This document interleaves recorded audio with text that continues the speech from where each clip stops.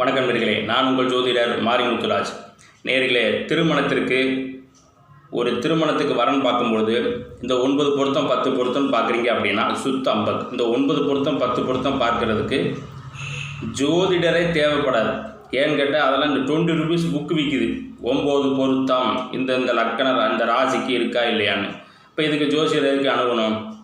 அப்போ அந்த 9 பொருத்தம் 10 பொருத்தத்தால் நமக்கு ஏதாவது அதில் ப்ளஸ்ஸிங்கான ஒரு அமைப்பு இருக்கான்னு பார்த்தா கிடையவே கிடையாது.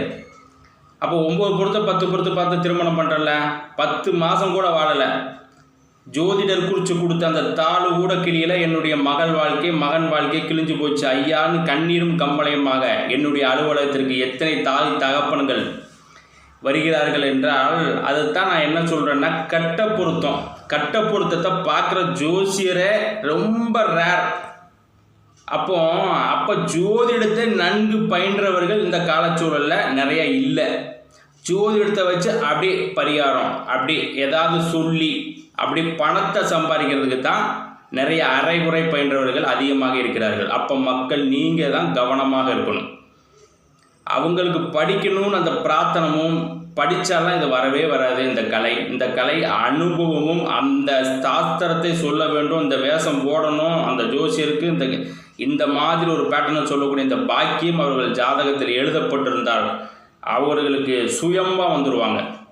எப்படி சுயம்பா அவங்களே அந்த ஆராய்ச்சி கணையில். அப்போ இதெல்லாம் விதிப்பயல்.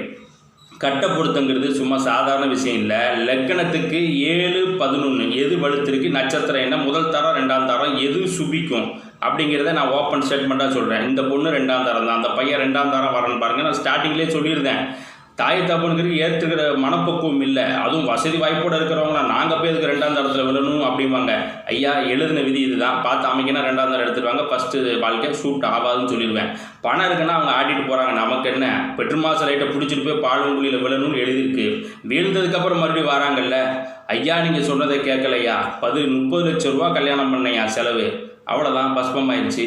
அதை மாதிரி நீங்கள் தப்பிக்கணும்னு விதி இருந்தால் ஒரு நல்ல ஜோதிடரை பார்க்க வைக்க. நான் தான் நல்ல ஜோதிடர்னு சொல்ல விரும்பவே இல்லை.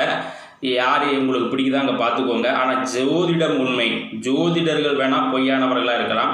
கவனமாக கட்ட பொறுத்ததுங்கிறத பிளானட்டை நன்கு பார்க்க தெரிஞ்சால் அங்கே பாருங்கள். இது கேந்திர தோஷங்கிறது நான் ஏகப்பட்ட வீடியோவில் சொல்லியிருக்கேன்.